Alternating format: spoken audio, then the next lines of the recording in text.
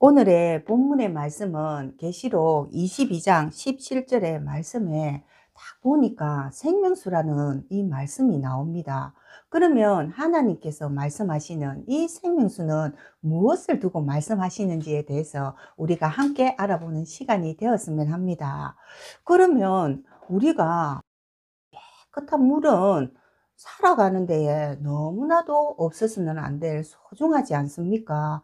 그러니 우리가 지금은 물을 사서도 먹고 또 정수기에 물을 받아서 먹지 않습니까? 그런데 우리가 옛날에는 어땠습니까? 물을 사 먹었나요?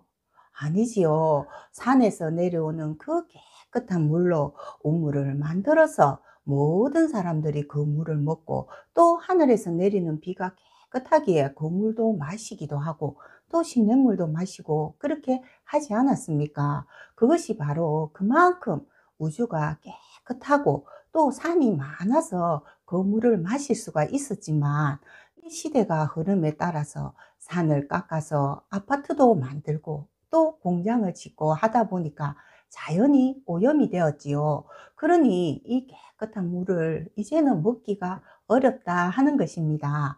그러면 왜 우리가 이렇게 깨끗한 물을 찾고 이렇게 하겠습니까? 바로 환경이 오염이 됨으로 인해서 우리가 알지 못했던 이런 질병들이 지금 막 생겨나지 않습니까? 그러니까 우리가 건강을 찾게 되니까 근원인 이 생명의 깨끗한 물이 중요하다 하는 것입니다. 그러면 하나님께서 말씀하시는 물은 무엇을 두고 말씀을 하시나 봤더니 바로 이 하나님의 근원인 이 하늘에서 내려오는 물은 환경이 오염될 리도 없고 또 이 물이 변질될 이유도 없다고 합니다. 왜냐 봤더니 하나님께서 첫 새벽에 나오는 정화수를 처음으로 열어서 주시기 때문에 그래서 이 하늘의 말씀은 변질이 없고 깨끗한 생명수만 내려온다 하는 것입니다.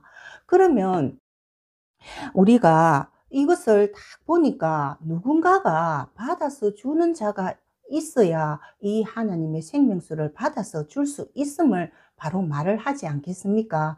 그러면 말라기 이후에 하나님께서 선지자를 보내주지 않았지요. 그러면 이것은 바로 하늘에서 주는 물을 받아줄 자가 없다는 것이지 않습니까?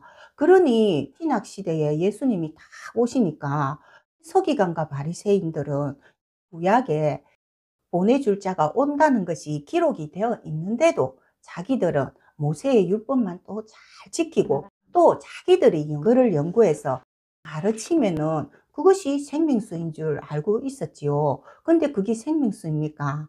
그것은 바로 못 먹는 물이 되더라 하는 것입니다.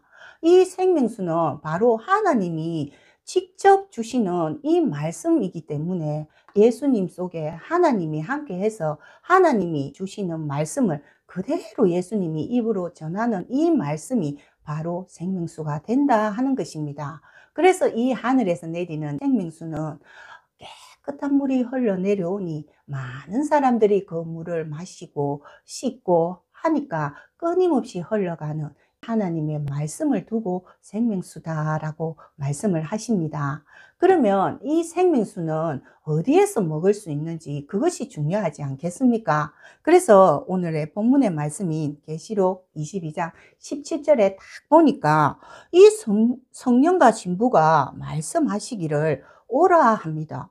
그러면 어떤 자가 오냐 봤더니 이 말씀을 듣는 자도 오고 또 목마른 자도 오고 원하는 자는 값없이 와서 생명수를 받으라라고 이렇게 말씀을 하십니다. 그러면 성령과 신부가 말씀을 하신다 하는 것을 보니까 이 성령은 바로 하나님의 깨끗한 말씀 자체를 두고 말합니다.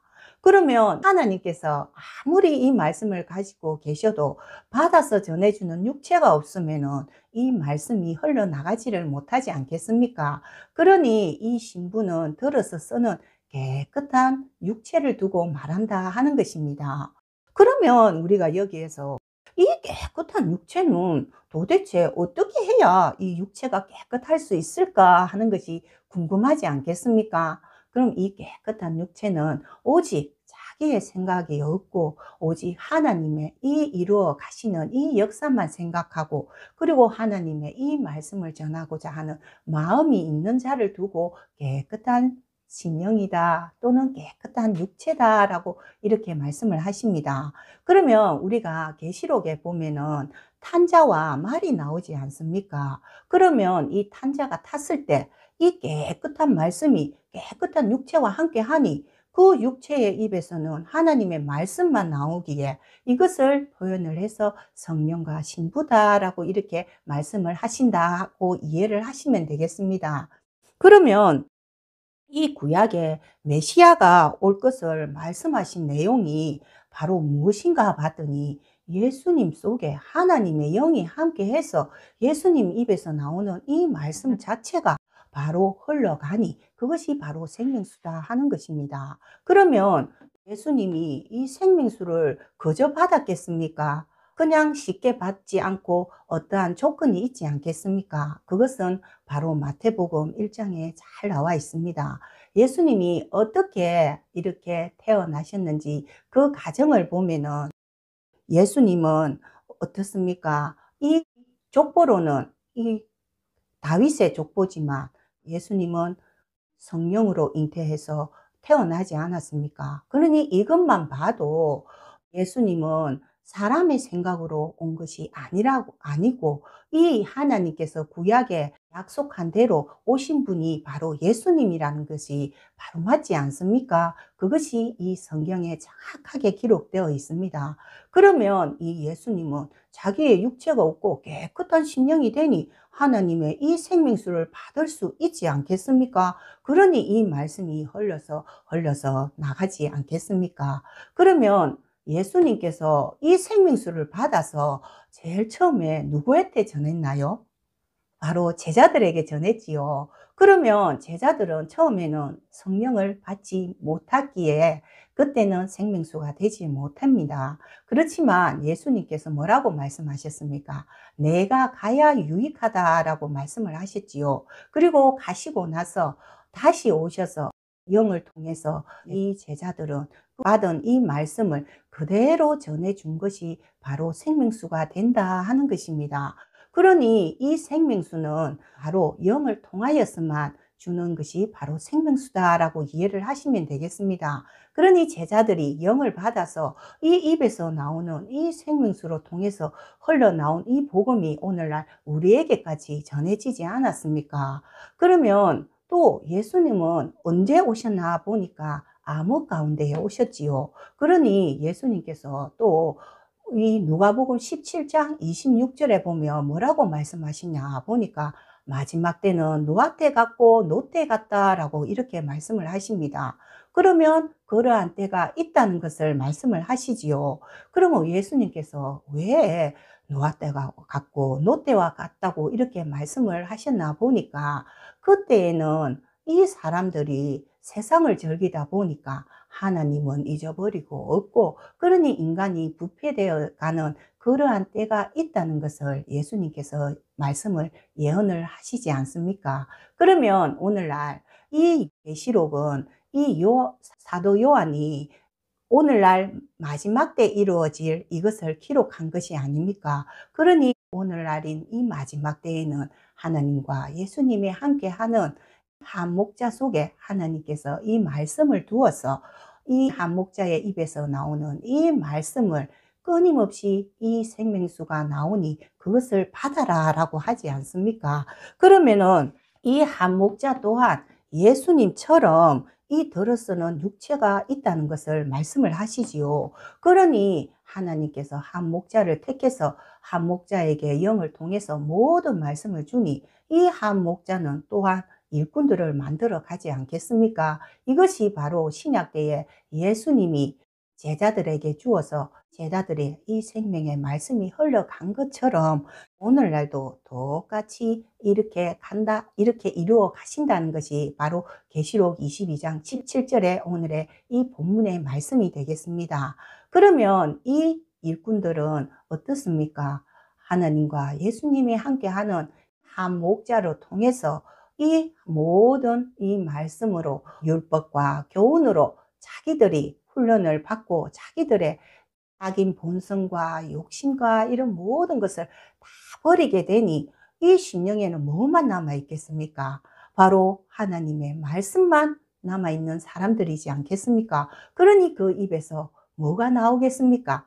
생명수가 흘러나오지 않겠습니까? 이것이 바로 이 요한복음 7장 38절에 보면은 예수님께서 말씀하시기를 나를 믿는 자는 배에서 생수의 강이 흘러나온다라고 말씀하신 것처럼 먼저는 제자들이 이 영을 통해서 받아서 이 생명수의 말씀을 흘려보냈고 오늘날 또한 이 일꾼들도 이 생명수를 받아서 이 보이지 않는 심령 깊은 곳에서 이 말씀을 깨달아서 흘려보내게 되니 이것이 바로 오늘날 이 말씀이 흘러가는 것이 생명수가 되지 않겠습니까?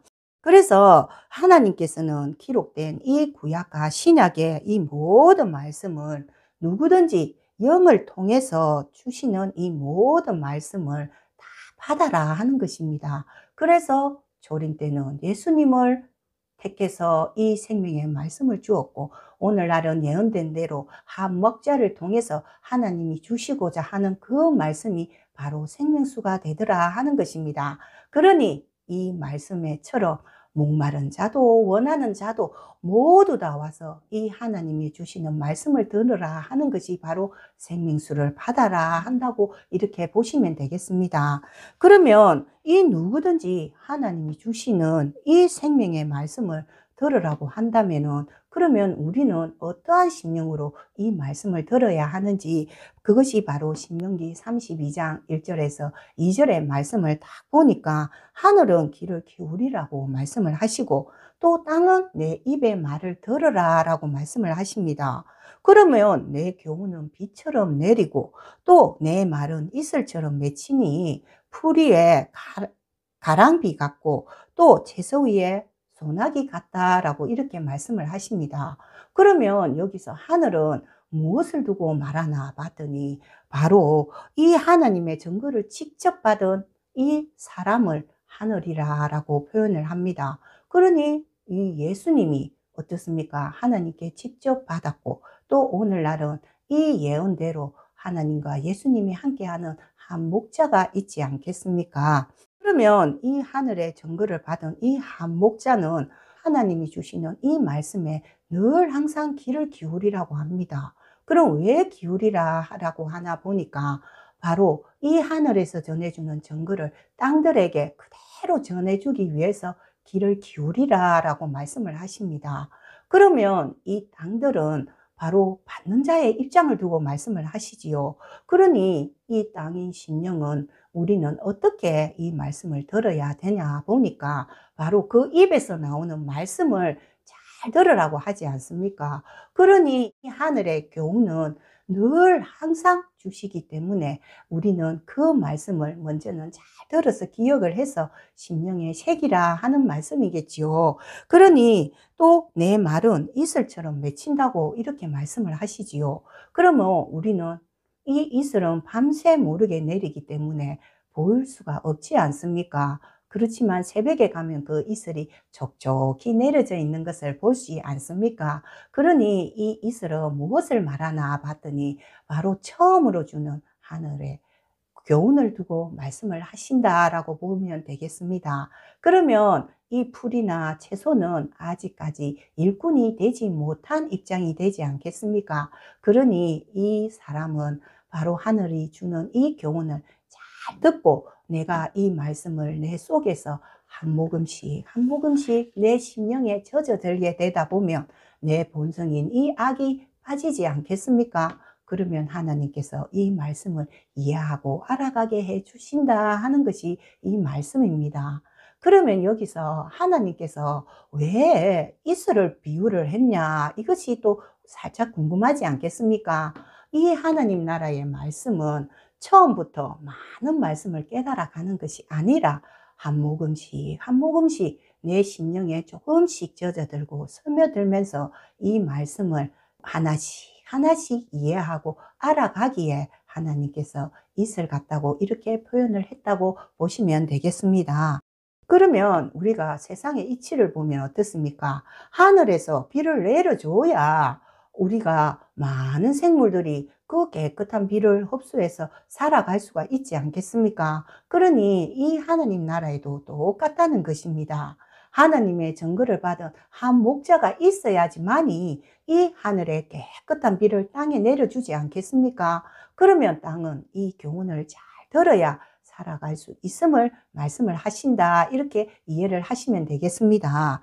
그러면 여기서 하늘 교훈 하는데, 그럼 하늘 교훈이 왜 이렇게 중요한지 에스겔서 47장 11절에서 12절에 보면 짐벌과 갯벌은 곤쳐지지 못하는 소음 땅이 된다고 합니다.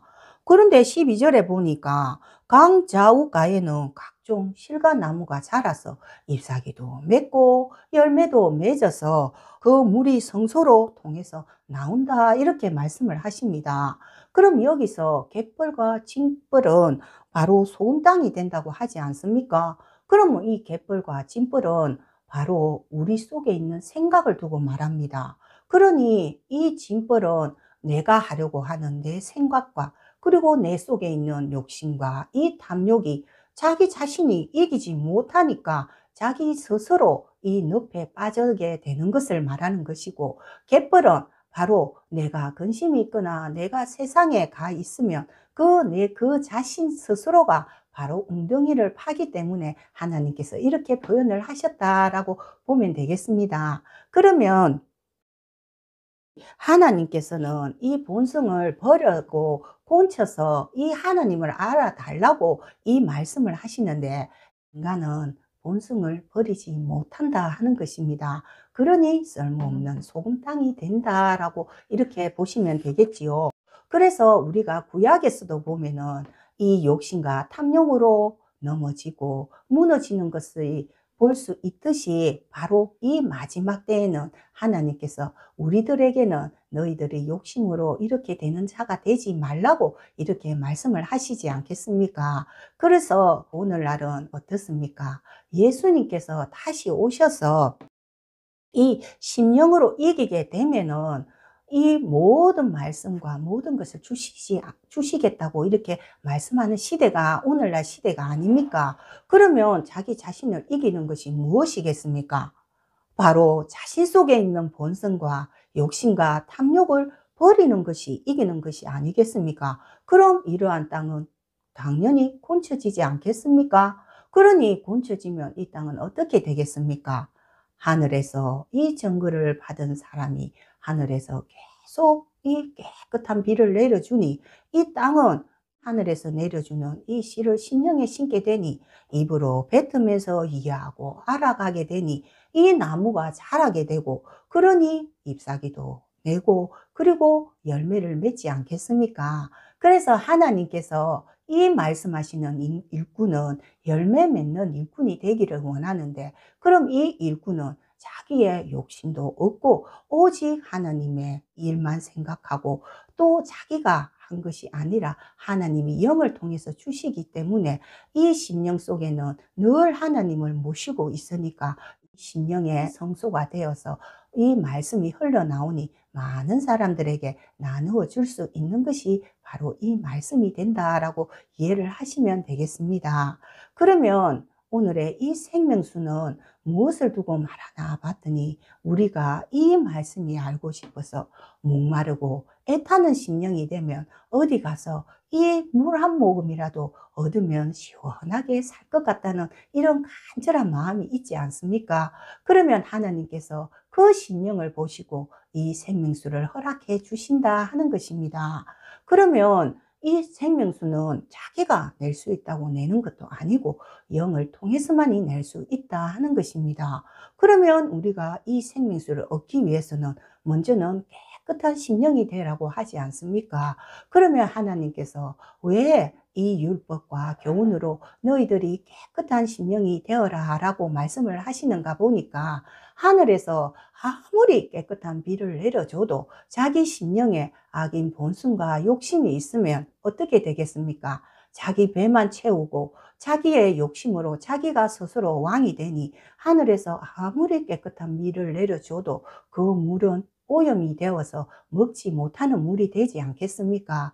그러니 하나님께서는 우리에게 이 생명수를 주시고자 하는 마음이 있으니 너희들은 증거를 받은 한 목자를 통해서 하늘의 교훈을 늘 들어서 너희들이 심령을 비춰보고 너희들이 부족한 것이 있으면 채우고 버려서 그래서 깨끗한 심령이 되었을 때 그때 하나님께서 영을 통해서 이 말씀을 이해하고 알아가게 하는 것이 바로 입에서 이 생명수의 말씀이 흘러나오지 않겠습니까? 그래서 오늘은 이 생명수는 바로 하나님이 주시는 이 말씀을 통해서 입으로 통해서 흘러서 끝없이 흘러가는 것이 바로 생명수다라고 보시면 되겠습니다. 그래서 오늘의 말씀은 여기에서 마치겠습니다. 감사합니다.